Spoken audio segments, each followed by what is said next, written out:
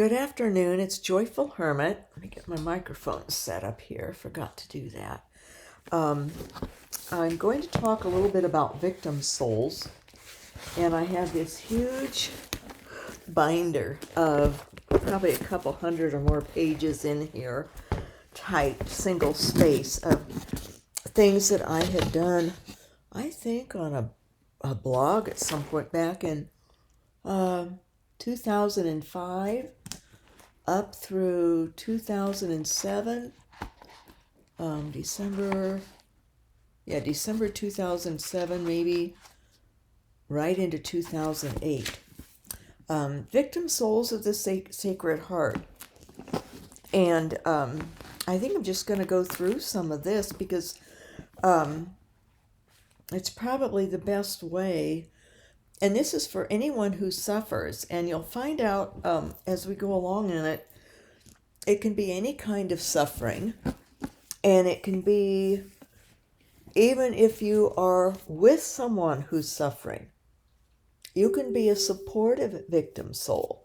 Because as we have discussed recently with caregivers, that's a suffering all of its own. The suffering that you go through with someone who suffers. And it can be very frustrating for them, deeply upsetting, and so sad. I have one family member who just says, "I'm so sorry," when I, say what's going on, what parts are hurting. It's an increasing list of my body. And yesterday I had a total wipeout. I get to the point where I don't have recall. Maybe 3 days ago I couldn't figure out what day it was, and that continued. Today I know it's Monday, but before that I was in total sort of blackout. So I just laid in bed and dozed off and on and watched a British mystery that was set in the 1960s that I really don't remember, but it would help me doze. And it would help take me away from that type of pain that was really a confusion type of pain. But my upper back and shoulder and neck and my arm and hands just go numb and burn and all. So that person wrote back, "Oh, I'm so sorry." But I was trying to explain to that person, trying to say, "Don't worry about it, but this is why I am as I am at times." Because I can get very obsessive, and in my praying even. So this person had shared some things with me, just things of her life, and I was praying and praying on it, and just focused in on any aspect of it. Not only did I pray, then I wrote back about different aspects of her situation and of how it might be this way or that way. I get very analytical, which can be a suffering for other people to endure.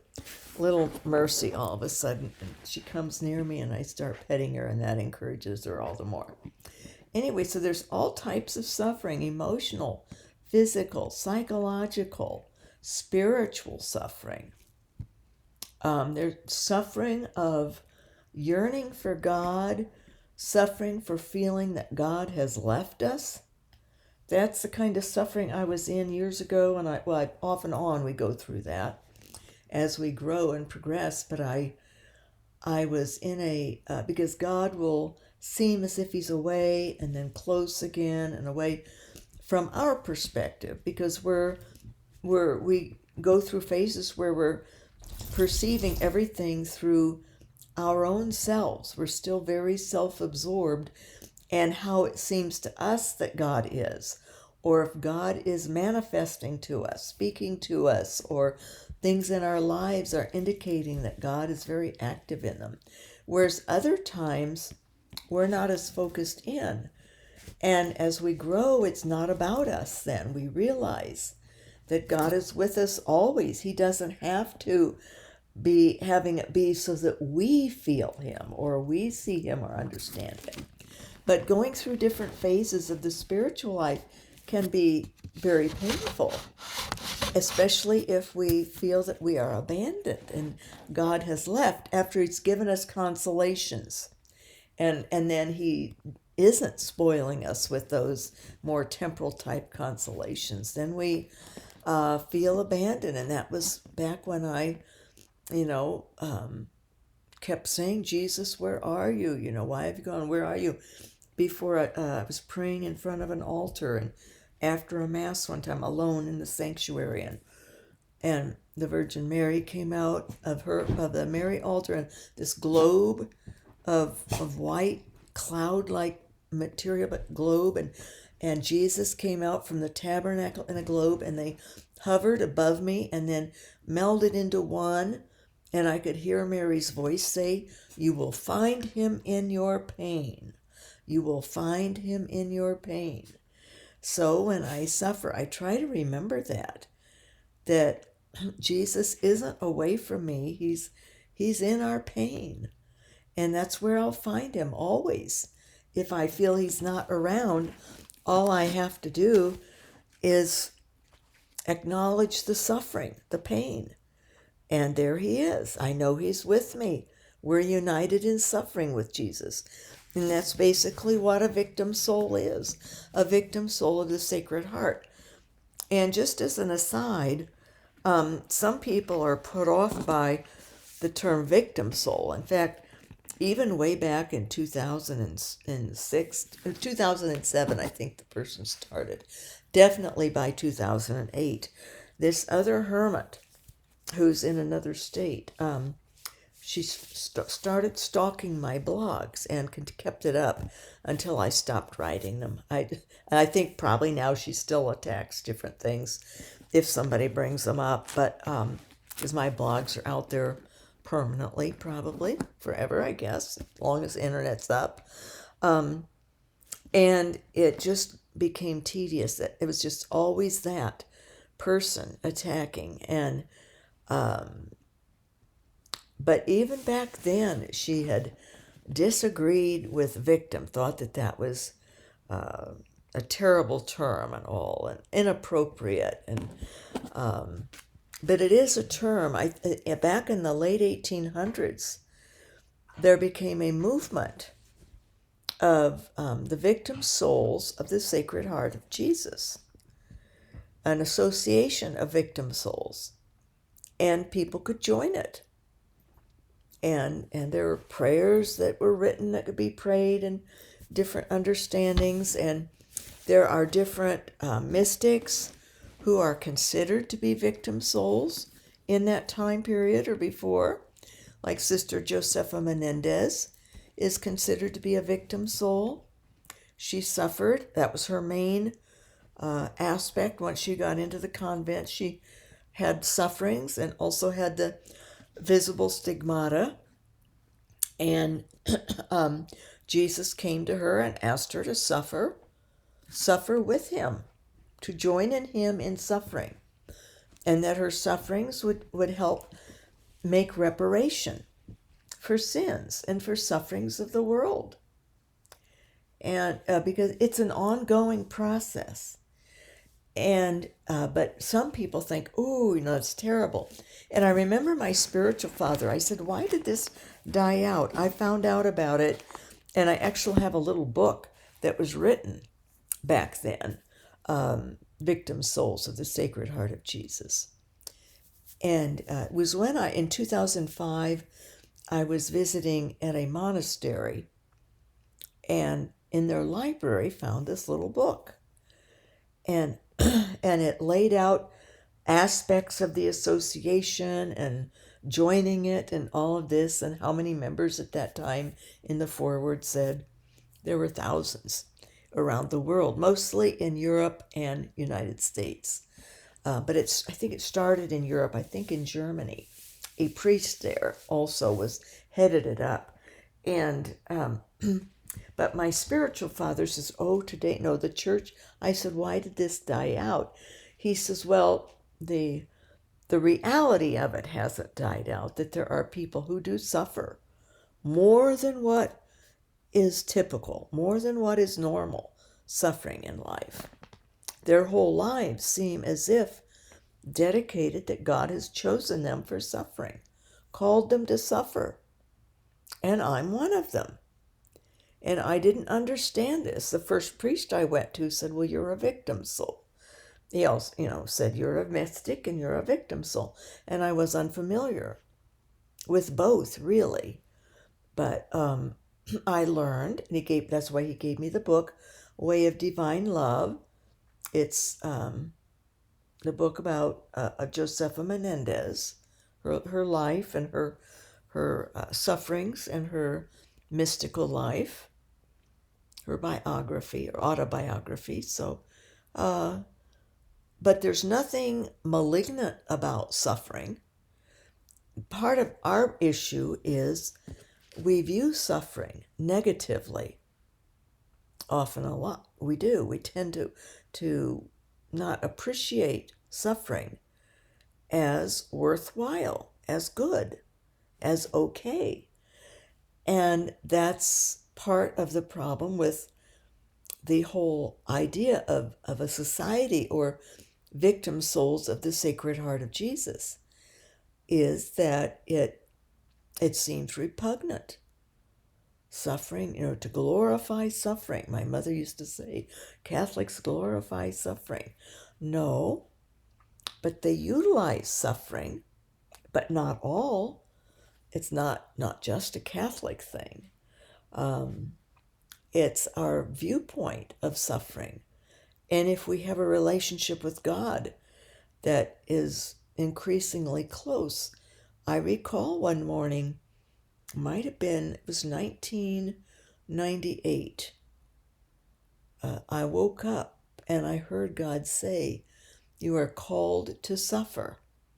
And he also then wanted me to write a newsletter to go out with all the soup that we delivered at the time. The soup kitchen was just new then. And so I did a newsletter, Called to Suffer was the title, and talked about suffering and different people suffering. People in our route, people who received the soup, who agreed and wanted to have their stories written, or people who were volunteers, some of their sufferings. And the point is to utilize our sufferings, to offer them to God. And that's, but there's nothing bad about the title or the name, Victim Soul, only what we make of it. But my spiritual father said, it was, sort of put down by the church, hushed, because it was giving a wrong idea. The hierarchy felt, and priests and bishops and things, that it was too heavy sounding, too much suffering, and was not enticing to people. People would misunderstand it. So it really went back in the pile of the background of the church. And I think the Association of Victim Souls died out in the 30s maybe, or sometime around then, maybe even before. But that doesn't mean that the reality is gone or ever will be gone. There always will be suffering in Christians, and always have been, and are today. And God calls people to suffer still today, and has all through, even before the victim souls were created or became an association in the late 1800s and early 1900s. Suffering's been from the very start. There's always been suffering, and it can be utilized. Suffering is powerful. Pain has power to it. It had the power yesterday to have me not be able to think right. I could not figure out time or place I just knew, and I get used to that over the years. But as my pain increases as I get older, the blackouts, the memory blackouts, get deeper and longer, or can also be short, like for a day. The pain can be so intense that memory is affected. But it's not a bad thing. Suffering is not negative. Suffering is powerful. It unites us to Christ if we want. God does not force it.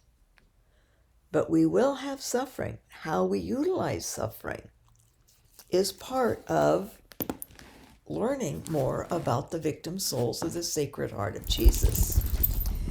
And I appreciated finding more formal writings on it and this association. But I never tried to create or recreate an organization of it. At first, I thought I would see how that would go with a blog if people wanted to learn and to understand more. But, or explore. I use the word explore a lot in what I wrote.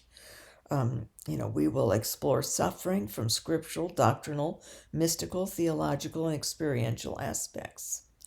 I wrote further, we will explore prayer and how to grow deeper in prayer, which will also assist in practical measures, the management of one's sufferings. And the deepening of the prayer will allow us to grow closer to God and for eventual union with Christ. And I thought of it more of anyone who might read the blog, who might be interested in uniting more with others on suffering. And so now I have these videos, and some of you expressed interest in, well, what's a victim soul, and what does that mean? And so I'm going to share it, but not everybody who watches these videos does so with suffering as their primary or even secondary aspect of life. But some of us are primary victim souls. That means that our life is predominantly suffering. That's what we do mostly. That's how we mostly live, is fully disabled by suffering of one sort or another.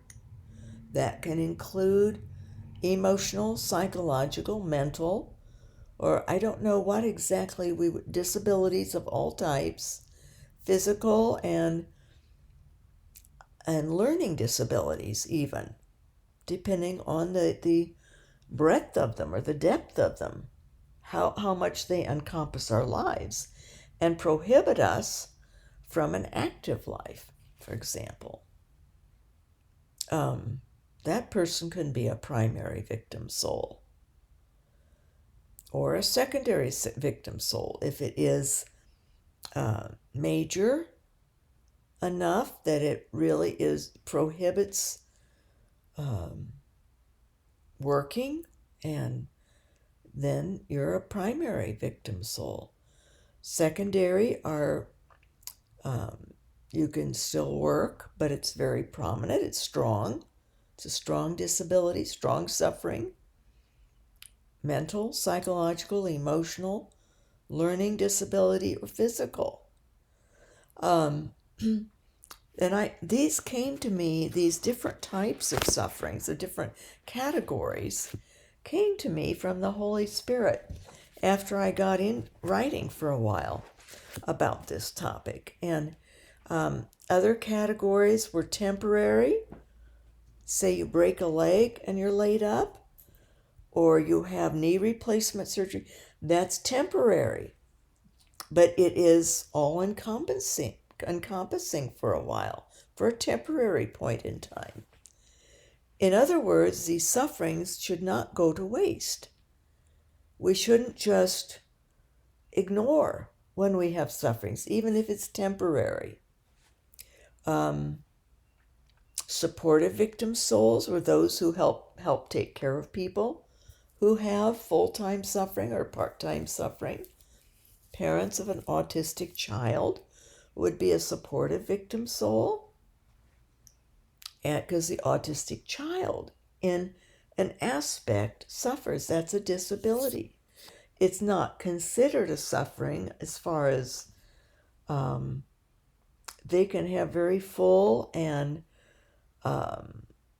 enjoyable lives. I have a cousin who has a son who's autistic, and he's, I think, 32 now, 31 or 32.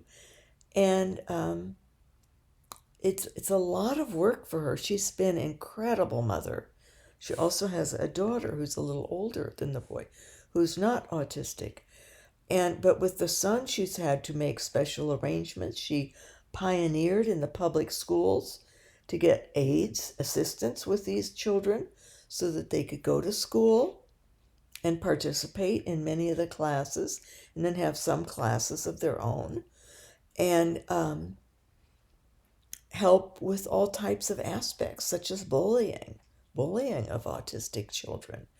So, and he went all through school, and then also, I think maybe in high school, went to classes also outside of public school that in her area, it was a metropolitan area, they developed for autistic children, teens, and then got him involved in activities, group things, added education. He's a very artistic, a cartoonist, and she even now, they have developed an apartment, created an apartment off with their home so that he could feel as if he's living on his own in part, but they can be there to help the father and the mother, and the father's now retired, and she still is taking him places and making sure he's in camps. I don't know if they call them camps, but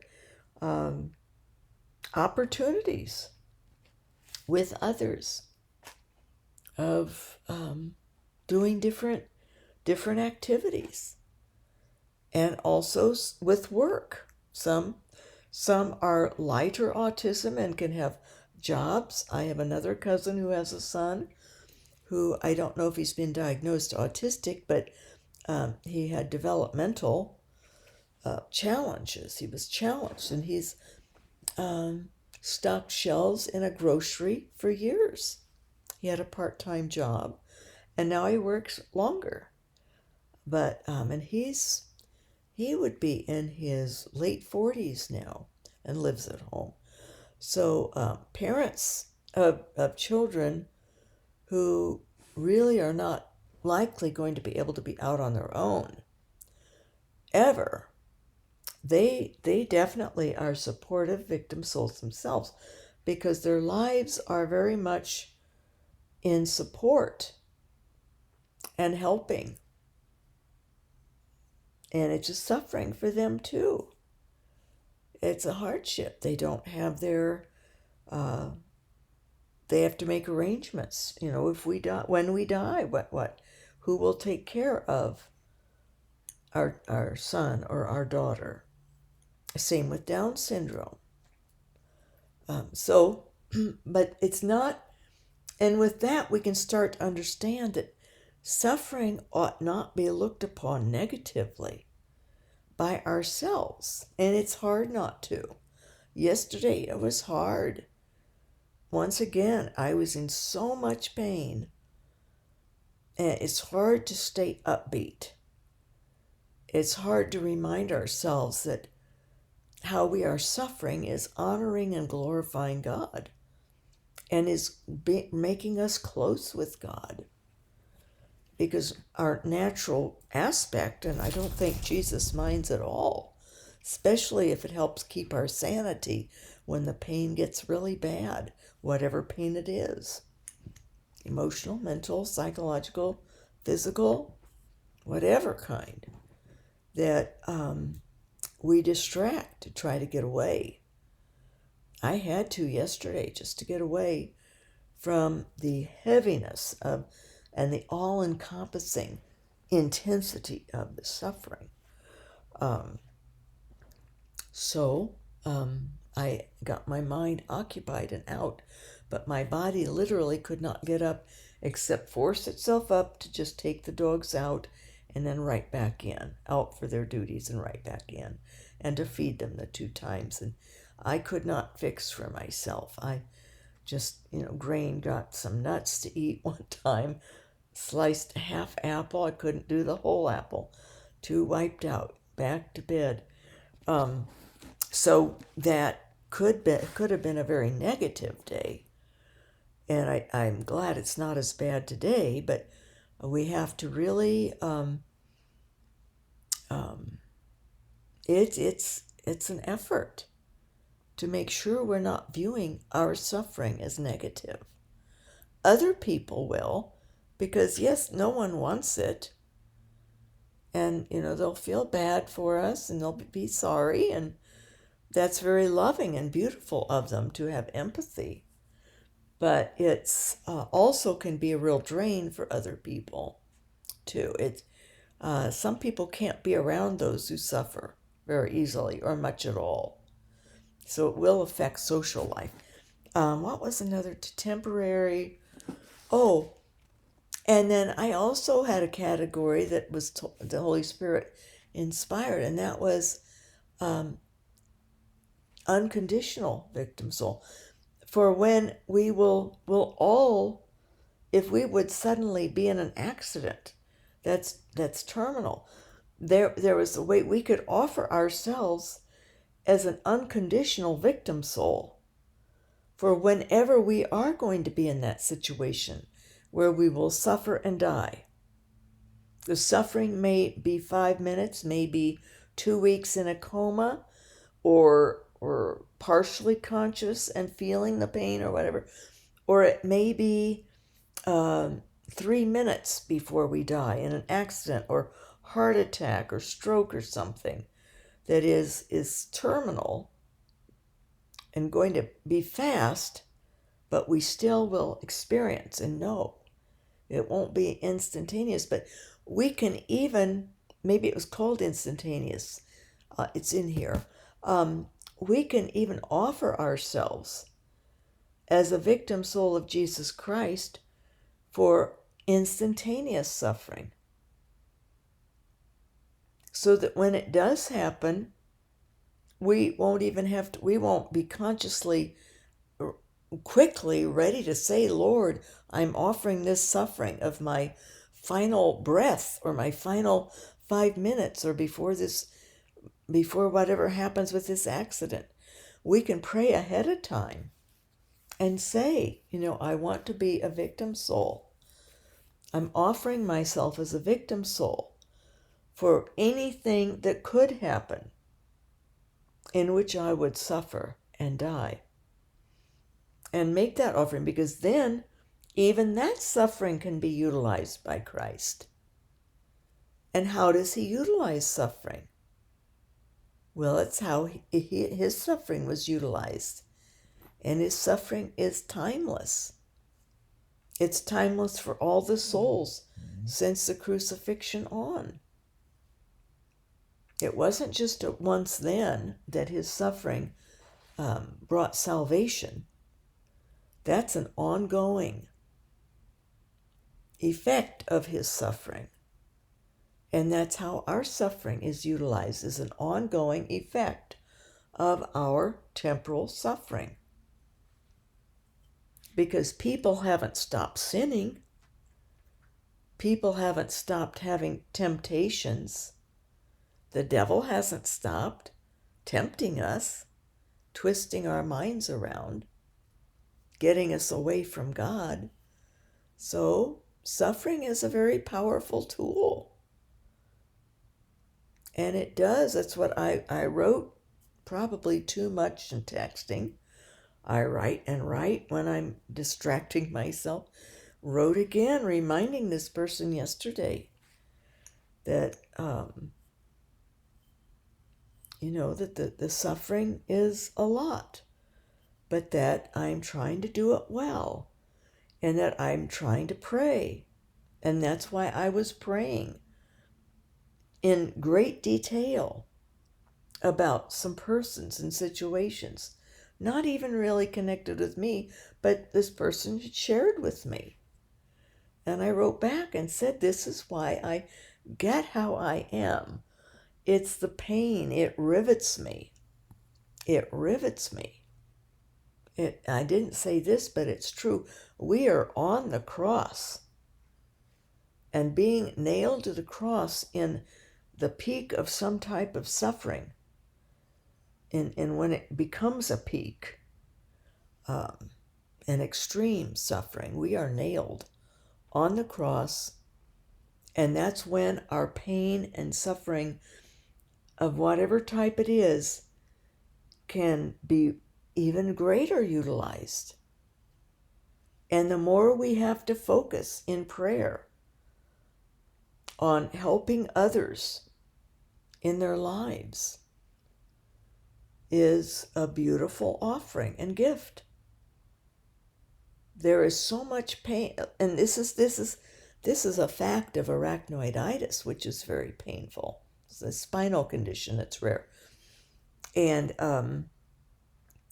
the energy literally gets trapped in these damaged nerves in the spinal cord where the puncture or the incision through the arachnoid membrane occurred, the damage occurred. And the nerves have clumped abnormally in there, in the spinal cord. And they send out signals, odd signals. So you get these odd symptoms. But a lot of this, it is severe pain, intractable pain, constant pain. Sometimes it can also cause spasms or eating disorders, IBS, intestinal bowel, whatever that is, IBS. Anyway, intestinal bowel symptoms, I guess it is. Headaches, severe headaches, wherever nerves go. And that's what eventually paralyzes the bladder, paralyzes the intestines, causes leg neuropathy that turns into paralysis from the waist down, or if your arachnoiditis is mid-spine or higher, from that point down. Eventually, it can do all kinds of stuff. And also, though, it can trap energy to create electronic interference out in the vicinity. Sometimes mine's in the lumbar, and if I have my phone right here, it will cause the phone sound to go bad, or the phone to just turn off, or lose a call. It's not signal problem. Or my laptop, if I have it over me, or sometimes if the pain's really bad, it can affect, and the computer will do strange things. Or I was one day standing in the kitchen, it was after I just moved in, and the people had put in a new dishwasher. Their old one must have died, and they needed to have one to pass inspection or something before they sold it. And I never use a dishwasher. I'm just one person. I just eat out of a bowl and wash the bowl and use it again next meal. Or a little plate. I don't eat, don't have huge amounts. So just a little plate or a bowl or a mug. And I was standing across the room, and all of a sudden I heard this rushing water, this sound and this rushing water. And I couldn't figure out, what on earth, is there a broken pipe? What's going on? And I realized the dishwasher had turned on spontaneously. And that's happened twice here. And it took me a while the first time to figure out how to turn it off. I hadn't used that dishwasher. But it was the arachnoiditis. And it has done things with lights, caused lights to go off or on. And we didn't know it at the time, but it affected a smoke detector in a house that was electrically wired. It affected that. And the electrician came, and I said, well, maybe just remove it, because he says, well, it's not this. This shouldn't be turning on and beeping, because nothing's wrong with the wiring.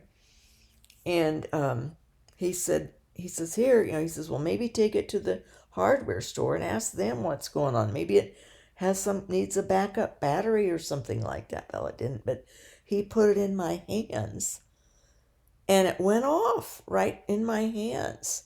So it was within me that was causing it to go off, and that freaked him, the electrician, out. He was like, whoa, and out he went. But it was upsetting my eldest daughter, who's bothered by things, and we wondered if it had something to do with something with me and my weirdness.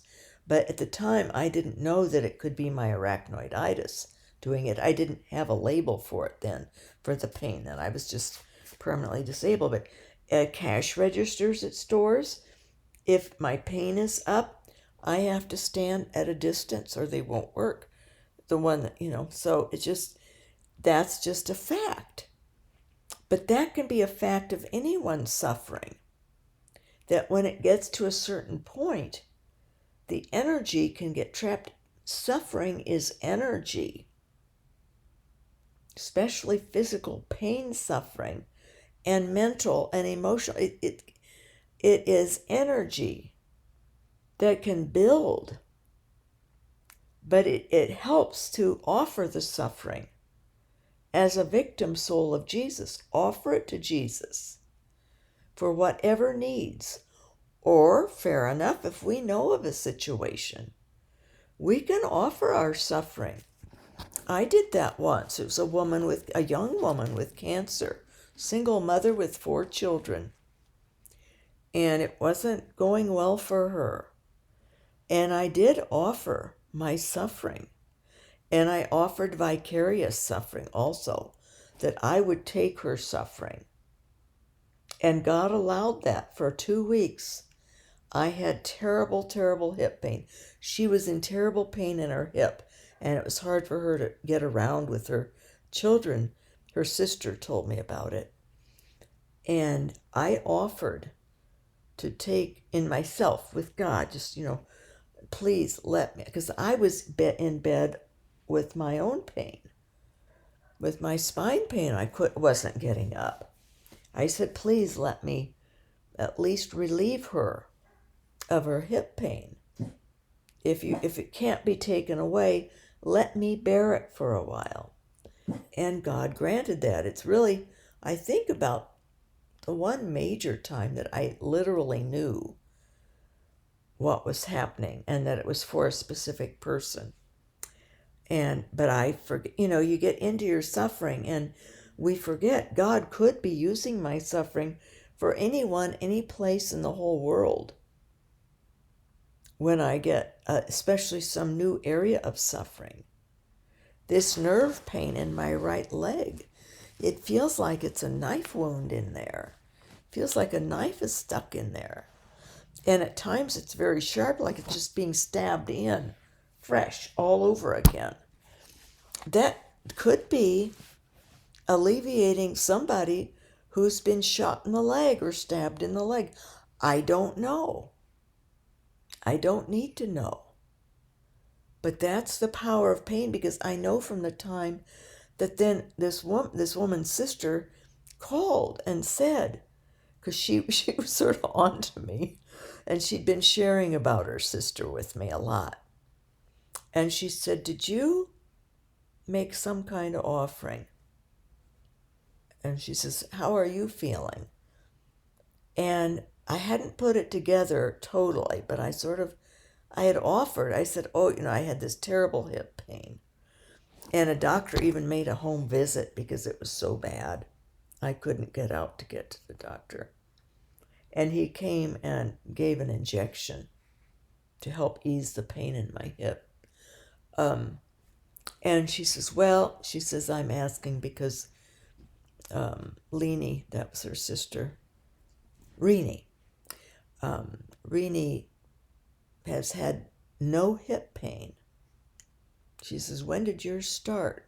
I told her, well, see, it all coincided. But mine left and her sister immediately got it back. It was God's will. And she had cancer and she died of cancer. It had gone into her bones. But at that time, when it got into her hip, it was so upsetting and demoralizing to the young mother.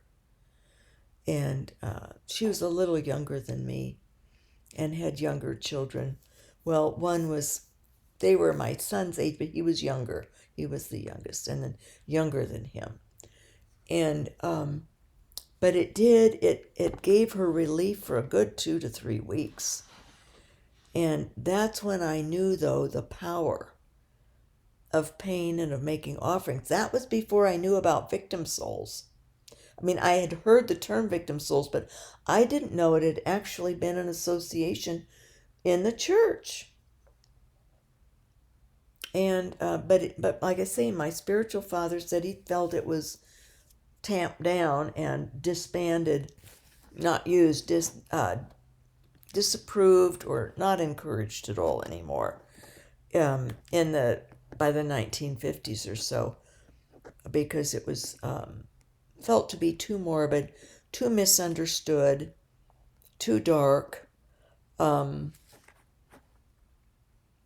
too much emphasis on suffering when all the other churches, Protestants and things, were more joyful, and people wanted more uplift. So the church wanted to not emphasize the suffering as it used to. They didn't, at least as this group had. But I see nothing wrong with it as long as we understand. So it's not for people to glorify suffering or to ask for suffering. Some do. Some mystics have done that. I don't. My spiritual father was very good at explaining things to me. He says, you don't need to take on any more. God gives what he will give. And be satisfied. He says, you couldn't take on any more suffering. He says, what more would you want? He says, every aspect of your life is suffering. So he says, do not be asking for more suffering. Because I'd read different books, older books, and he said, cool it, basically, cool it. He says, God's giving you every kind of suffering that practically there is on his own, and deal with that. Suffer that well. Don't be thinking you can take on more. That can be pride, and definitely presumption that we think that we can do that. Well, yesterday I had my body full. I mean, it's hard to keep the attitude up. And I think yesterday I'll think, I want to die. It gets to be too much. But it's not like I'm, wanting to kill myself or anything like that. But it could get that way. Suffering can get tough. So we live with what God gives us. And then we do our best with it. We suffer our best. And so victim souls, it's very interesting, and it's okay. If you read John Paul II's Salvifici Doloris, it's a pamphlet, reflections upon readings in the divine office and writings of various saints who are victim souls and mystics. Reading, if we're aware of these people, it helps, and we can understand. I wrote here, we can come to a better understanding of the term victim soul, of its historical and spiritual significance for souls, and as a great force in reparation for sins of the world, and of those victim souls who have best explained why offering oneself as a victim soul to the Sacred Heart of Jesus is of great worth and benefit to oneself, to others, and is especially pleasing to God. Because we're offering the suffering that has come to us. God has allowed it, but oftentimes suffering basically comes from sin. Now, that might be hard to sort of understand. Not always, but we'll just take my back pain as example. My back disability and all that pain that's increasing in my body, the advancement, the progression of it through arachnoiditis. A young teen decided to drink against the law, sin, and drive and speed, and crashed into us. And that was the start of my suffering, my spine suffering, and my neck, my lumbar and my neck. And it was from someone who chose to do something sinful. And he never had remorse. He never had remorse.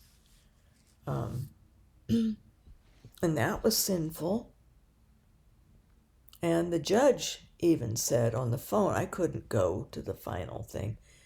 And he says, you're not going to get any remorse out of him. He has no remorse. And he wasn't convicted of anything. That was just, I got a very small settlement. Nothing at all what I should have. It was very unfair situation. Won't get into that part of it, but we suffered financially then from the sin of lawyers and the trickiness that went on behind the scenes and with the lawyers taking advantage. So I got ripped. My children got taken advantage of financially with how disabled I was. So that was financial suffering is something else too that comes along.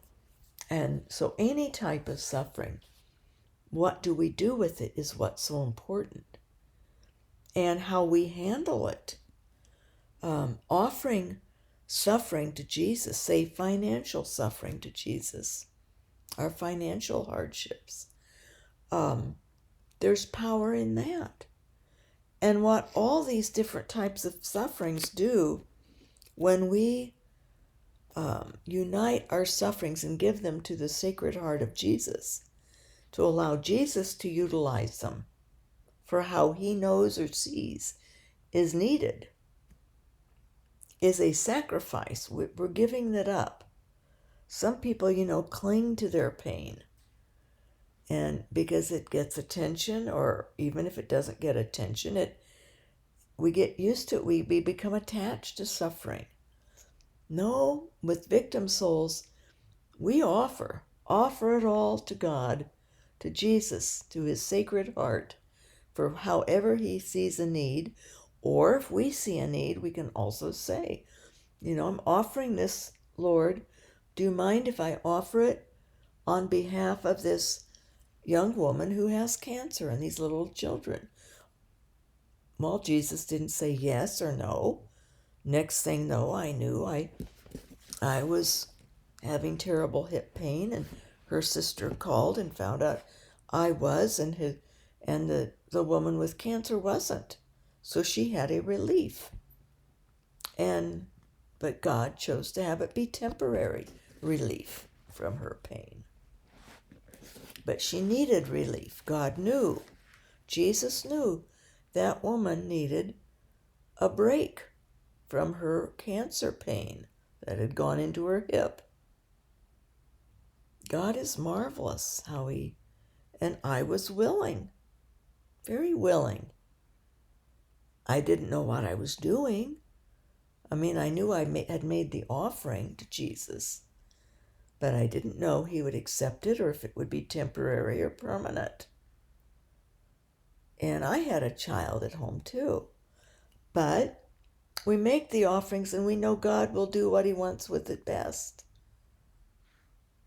I had already had time as a single mother with my children longer than she had time with her children as a single mother.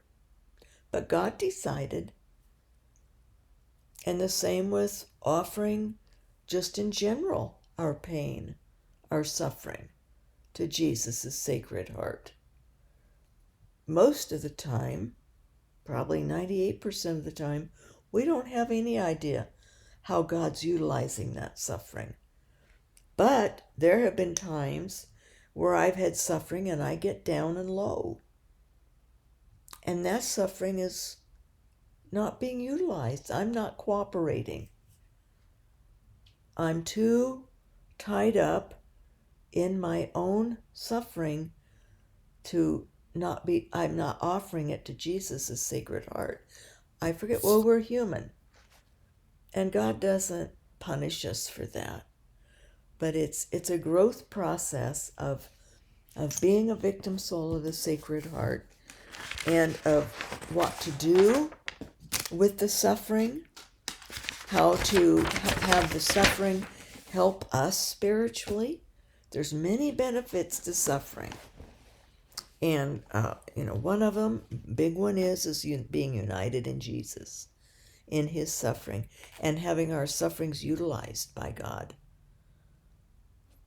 Whomever, whatever, situations, people, doesn't matter. And to train ourselves also to learn not to be nosy about it, to offer it and let it go, and not to report. Now, I'm telling you by means of explanation, but John of the Cross is very good on even on any kind of spiritual experience, which, being a victim soul of the Sacred Heart of Jesus, is mystical.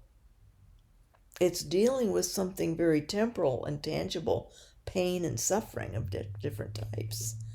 But it's uniting it with Christ, and that creates then this spiritual, mystical element. And in the spiritual life, John of the Cross emphasizes, we're to let unusual things pass us by. Phenomenon. Don't get caught up in it. Don't get focused on that, because that's not the purpose. And not to report to people. Like if we're praying for someone, or and we get some kind of a reaction or things, unless God has it happen. Like this sister calling me, this not a religious sister, this cancer woman's sister had called and kept me updated about her sister and how her cancer had gotten into her hip and how painful she was, and she, on and on. And then later on, got the call. Well, she doesn't have pain in her hip anymore, and she's able to spend time with her children and do things, and she just feels so much better, and feels encouraged, and her spirits are up, and well, how are you, and she said, I thought you were going to do something like that, something like that. I'm giving you as an example, but I didn't go around telling people then. I didn't report to people, oh, I prayed and did this, and this happened, That can start being prideful when we have some kind of a gift that God arranges like that. But it was meant to show me that this really is powerful, that God is real, and offering our sufferings is real, and God really utilizes them for people we know, for people we don't know, mostly those we don't know. And then we don't usually ever find out that it's utilized. In faith, we just trust that it's being utilized. And God is timeless. So when he utilizes our suffering in reparation for some sin, or to relieve in vicarious suffering, to help relieve suffering in someone else, that we have suffering, and then someone else has a relief from it, we aren't told who or what or where, unless, like that one time I was. God wanted me to emphasize, to know, and now to share with you that that's how it can work, that it is utilized. God utilizes our sufferings of any type. So the better we learn to suffer, the more we can cooperate as victim souls. And it also gives us more purpose with the suffering. It's not a waste.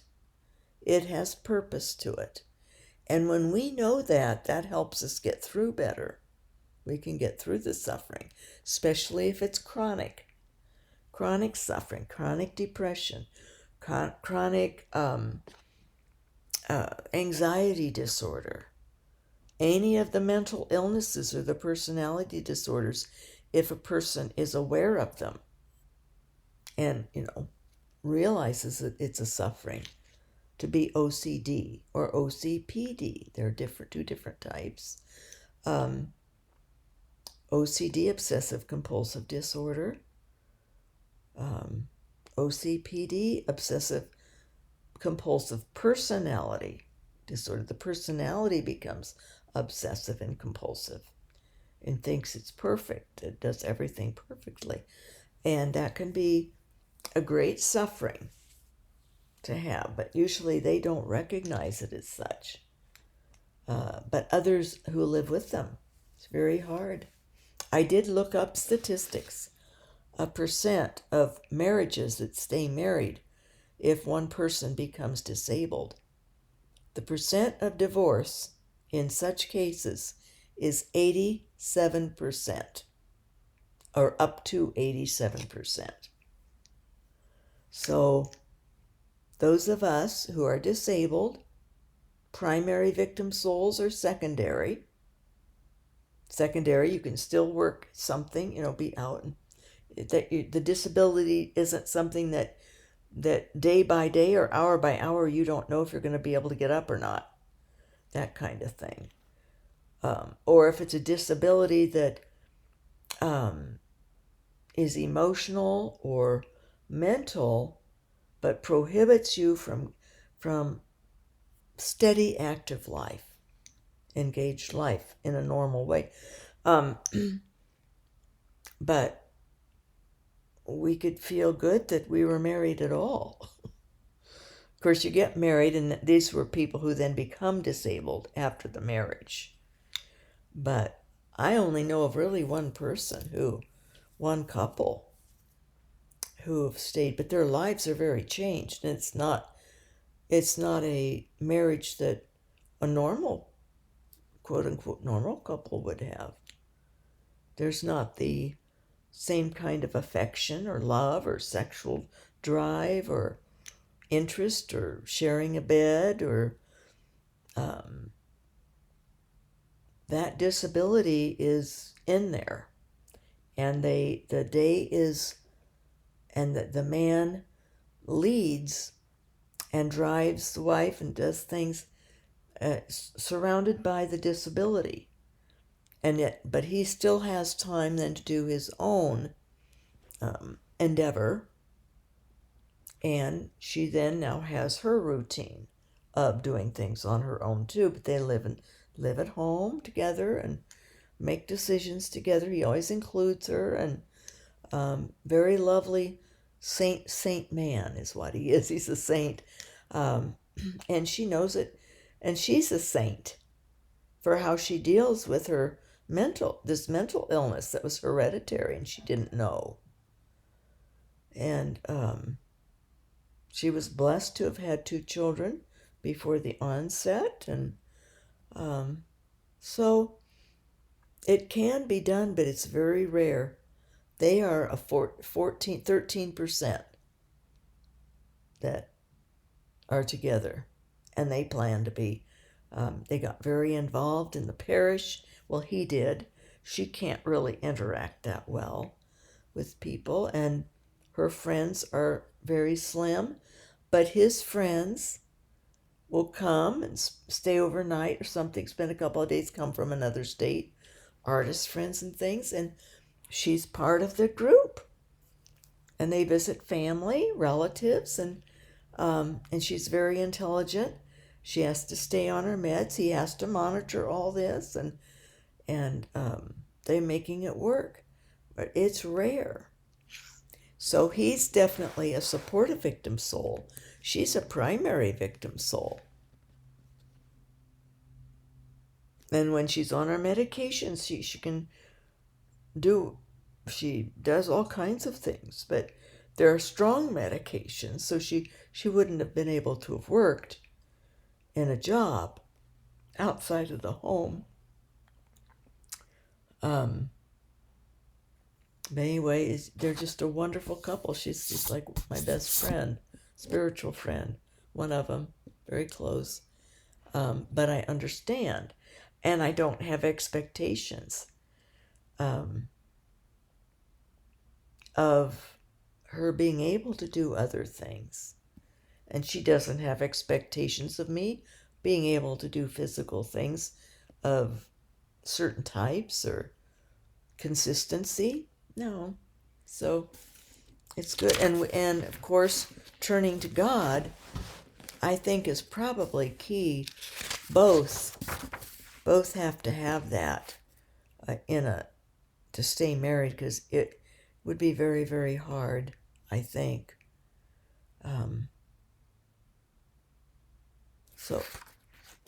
Let's see anything. I just said that, the things that I would write about and share. Well, here's this part. In the 19th century and into the 20th century, there was a religious community called the Society of the Daughters of the Heart of Jesus, whose main contemplative work was to offer themselves as victim souls in reparation to the heart of Jesus. They developed the Association of Victim Souls in union with the Sacred Hearts of Jesus and Mary, with certain minimal responsibilities of members. So this whole thing, this Victim Souls of the Sacred Heart of Jesus, developed out of a group of women who started a contemplative work of being victim souls. And in that case, they asked God and offered themselves to have sufferings given them. Which, and I agree with my spiritual father, that, and the church also, that we're not to do that. We're not to intentionally ask God to strike us with something, that's God, it's His will. Now we can be willing if God, the point is life has enough suffering in it. God will allow us to have the suffering He's going to allow us. And people's sins out there cause suffering. Somebody who drinks and drives causes suffering usually. Those who are criminals or evil commit sins, shoot someone, injure them, put them in a coma when they die eventually from being shot in the head or stabbed, or they're injured the rest of their lives, or they're traumatized from it for the rest of their lives. That's a suffering. Other types of sins, sure, we can think of them. If it's financial hardship, it can be the sin of the person not being careful with their finances, not being prudent, or not getting a job, or things like that. We can cause our own sufferings, which isn't good. Generally, somebody who does that won't even be interested or be thinking in terms of offering their suffering that they caused themselves. But maybe they would, or that they didn't apply themselves to where they were born bright and didn't apply themselves to study or to get gainful employment, and they just slough along or decide that they'll be homeless or live at home. We hear about young men, or they used to say, be women too, who just stay home and never leave, because their parents take care of them. That was sort of a trend maybe 20 years ago. I forget what they called them, but Anyway, see that's sinful to do that, just to be lazy, slothful, not to want to make our way in life. That's not a normal suffering. That's a sickness and a sin also. But it is a suffering, and the person themselves though can remedy that kind of suffering. That's when somebody who's an alcoholic, that's a suffering, and that's hard. And smokers, that's hard to stop those addictions or drug addictions. So that's a suffering, and if they can't, they have to live with it, and they keep trying and trying to quit. But if they could get in this mode of offering their suffering, that also might help them, give them purpose to be able to get out of the addictions, but not necessarily. We don't know, and we can't judge either. We can't judge the sufferings of others, but they do fall in categories. And but it's nothing that we should ask for. If we already have suffering, we can offer our sufferings. And in that one case of the vicarious suffering, God did give me the woman's hip pain for a couple of weeks. And I had offered myself in any way. I left it open. Any way to help alleviate her pain. And I did point out, I'm already in pain. I'm already in bed laid up. At that time, I was having a pain siege. And God evidently decided I could handle having the hip pain also. And it was rough, but I did get an injection that helped me endure it. It's not that you suffer without any help either. That's not the point of this, Victim Souls of the Sacred Heart. It's not a pride thing where we just suffer horrible, horrible things without taking anything at all to alleviate the pain. No. It's all very reasonable and not warped. And maybe it got a little warped back in the late 1800s and early 1900s, the 19th and 20th centuries there.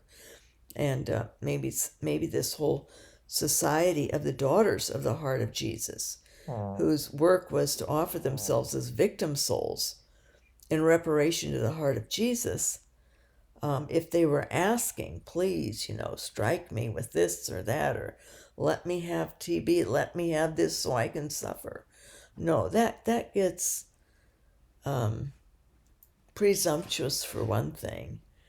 But they were sincere, and they meant well. I mean, they understood that suffering was a gift and a tool. It wasn't the horrible thing we make it out to be. But it does need to be respected. Suffering is a force that should be respected. And where pride comes in is where we think we can do more than we can. And if having a headache is the max of what we can handle, know that that's what God knows is the max we can handle. Or if allergies,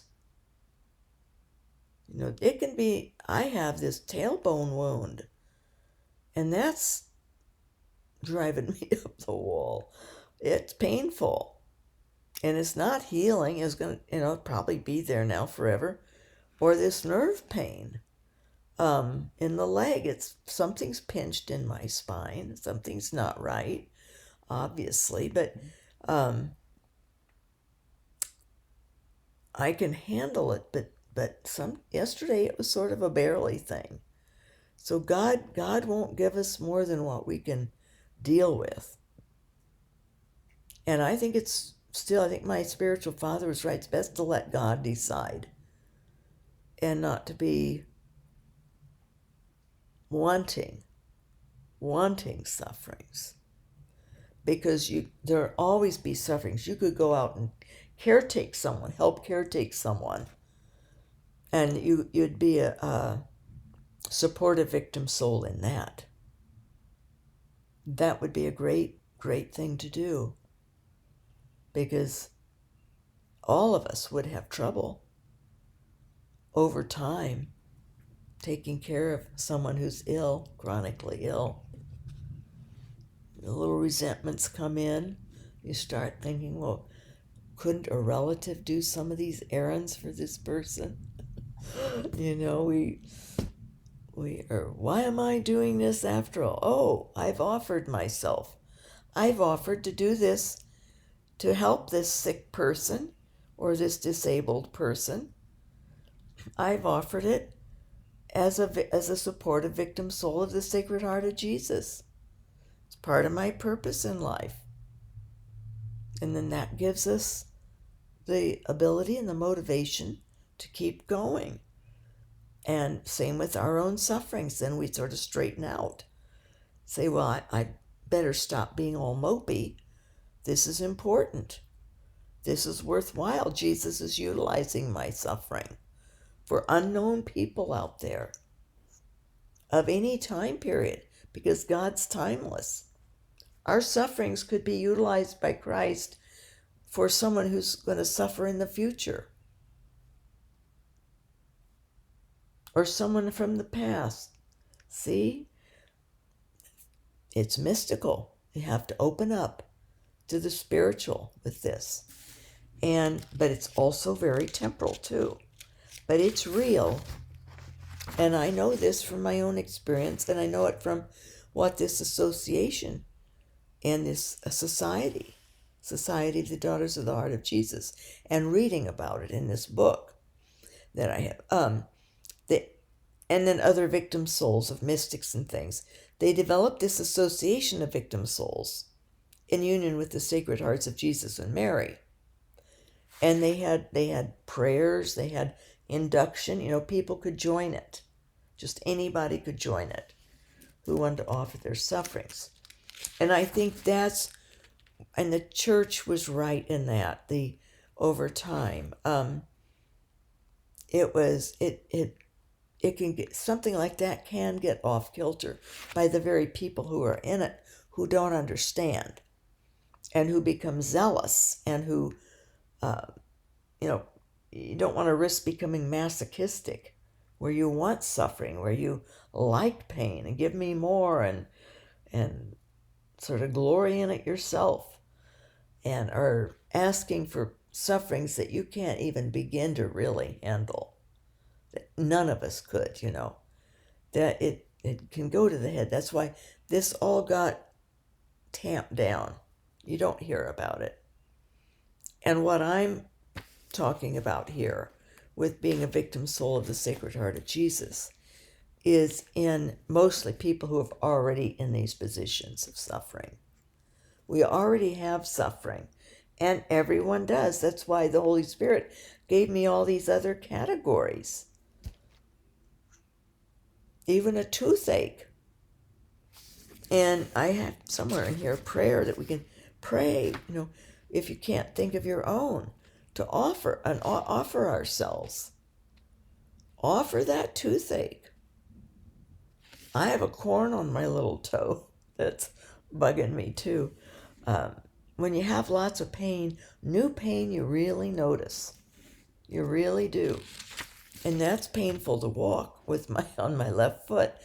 And I haven't thought to offer that.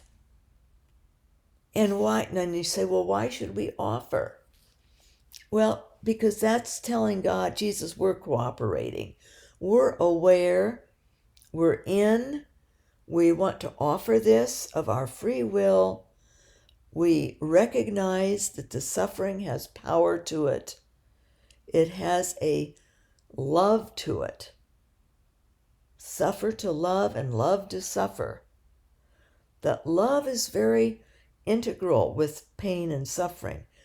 If we are offering it, sacrificing ourselves with it, giving it, Mercy didn't see anything. She just decided to bark. Maybe my voice or something got to her. Mercy.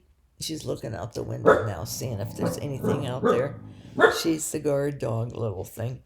Anyway, it's an offering of it. So I was making different Mercy. Shh, shh, shh, shh, shh, shh. Sharing. Oh, let's find it here. The suggestion will be quite adaptable to individual circumstances. Some suffering is of a moral nature, such as habits and additions, or suffering as a result of another's wrongdoings. Just some people's habits are sort of a suffering. Some suffering is emotional and psychological. Some suffering is of a deeply spiritual nature, and suffering can include a combination of all these categories. Suffering encompasses all age brackets, races, economic and educational levels. Some who suffer do as compassionate caretakers of those with severe disabilities. Suffering is a mysterious, painful, universal, and truly beautiful manifestation of our human existence. Jesus shows us how to suffer, yet it is well to understand better why and how he suffered, and how our suffering, when united with him, can be fruitful and joyful. That's the point, is the beauty and fruitfulness of suffering when it's united with Christ. When it's not, it's not. It's just pain.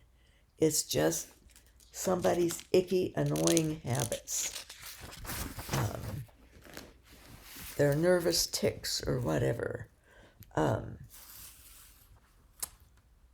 This is the key, is uniting it, offering it to Jesus, to his sacred heart. He suffered. He suffered. He was on earth. He knows about this. His sacred heart was pierced. And so, that's part of it. Here's this. I had written, aren't victim souls those rather unusual mystic saints who had unusual graces and phenomena such as stigmata, wounds of Christ, and miraculous visions, locutions, and ecstasies? Yes, but they are also anyone who suffers with the desire and intention of offering his or her sufferings for Jesus, to Jesus, for his use to combat sin, and in love for him as reparation for the outrages, sacrileges, and indifferences by which he is offended.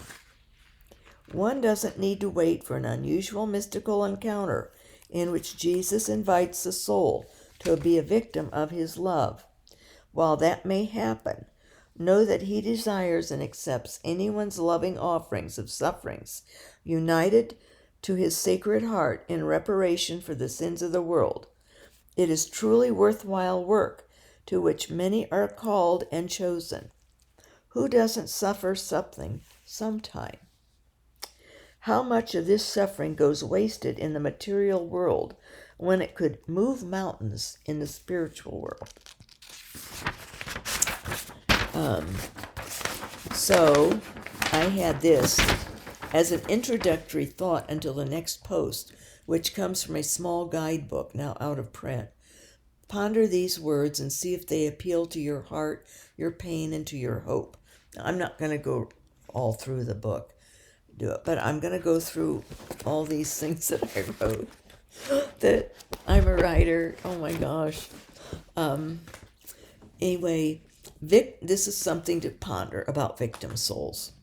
Victim souls abandon themselves unreservedly to the adorable heart of Jesus in order that he may dispose of them according to his good pleasure, as extension of the reign of the heart of Jesus, to help obtain exaltation of Holy Church, abundant graces for the priesthood, and for the salvation of souls.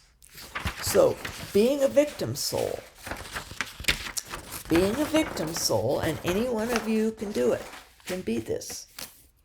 There's nothing stopping you or me. I already am for years. I made my offering.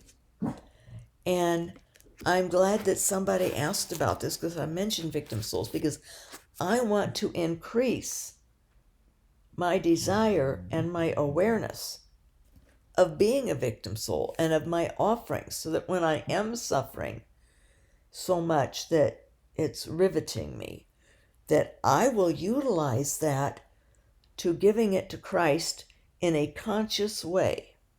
Most of the time, it's since I've made my vow as a victim soul, it's subconsciously always being given to Christ. It's an automatic sacrifice, giving it to Christ to utilize as he wills. What I want to increase in my consciousness is when I am suffering and I'm starting to get down about it, even if it's my relationship suffering, that I perk up and remember this suffering is allowed by God. It's being utilized. Yes, I'm going to work on prayer and offering it and hope that it will improve, that it won't stay this painful. But through my utilizing it, it's amazing, it's not so painful anymore. When I'm consciously aware that Jesus is utilizing even my relational sufferings for others around the world who are struggling yet with their relational sufferings, then there's worth to it. And then I am aware, and my attitude, the joy is there, the purpose is there, the worthwhile, and I am upbeat, positive, happy, inside out, joyful, Eucharistic Catholic, offering my suffering. I'm a victim soul. And it's a very doggies, stop that now. I'm gonna have to stop. Anyway, remember this. Mercy and lovey. Now stop. Well, I've already read it. Just rewind. It goes not only to help others, but to augment and Jesus's sacrificial suffering, his salvation of souls, which is ongoing. It extends the reign of the heart of Jesus to help obtain exaltation of the Holy Church, abundant graces for the priesthood, and for the salvation of souls. Now that's a whole lot. It's very worthwhile being a victim soul of Jesus Christ, of his sacred heart. So, the next one, I guess I may as well do these. I mean, we won't get through them all probably in my life, but different things. This next deals with the way of victimhood. Just how, and this got into how this person had said, oh, don't use the term victim, and why I didn't, but just different types and degrees of victim souls and all is in this next section. So that's a little introduction, sort of a long one, of victim souls. And the church has no problem with it. My spiritual father had no problem with it. It's not any big, we're not organized, it's not any organization though. And it's not twisted. This is you privately offering your sufferings. No priest, no bishop, no one. The Pope wouldn't have any problem with this. But I think that they quelled the formal aspect of it because people were some were more masochistic, like just focused on thinking that asking God to give them this suffering, give them that suffering, when they didn't have all that suffering. That's not for us to take on. That we're putting our will in there, and our needing to be noticed or important, or to be in, like they had that religious community started and all, and that got disbanded, and that needed to be. And the association then, too much emphasis on that. We can do it naturally with what God gives us already. And yes, you can say to God, if you know of someone, it's normal. Mothers and fathers do it when they're have sick children. Please let me take that suffering. Let me take that cross upon me. That's fair enough to ask. There's nothing sick about that. And if God does, then suffer it well. And know, that God's will be done. I'm sure there's situations where it became a permanent thing. Miraculous things, that God allowed someone to live and the person who offered to die. I can't think of any on the top of my head, but I'm sure it's fact somewhere in history of that happening, or in private lives, that a parent made an offering and the child got well and the father or mother passed, or a grandparent or something. So it's God's will, though. It's God's will that has all this happen. But our sufferings we're having already, or the ones we will have, we can be prepared for them and make our offering in advance. For example, if we're going to have something sudden that will be terminal, have it already taken care of, then it'll be utilized, because we are aware we've made the offering to God, to Jesus, and of our conscious volition, of our love of God, and of our understanding that suffering is not bad, it's not horrid. It oftentimes comes from sin, but not always. And that it's part of life. We're all going to die of something sometime. And we're all going to have, while on earth, God told Dr. H, when he says, why can't you heal her? And will there be healing? He said, no, while on earth, she shall know earthly pain. Simple as that.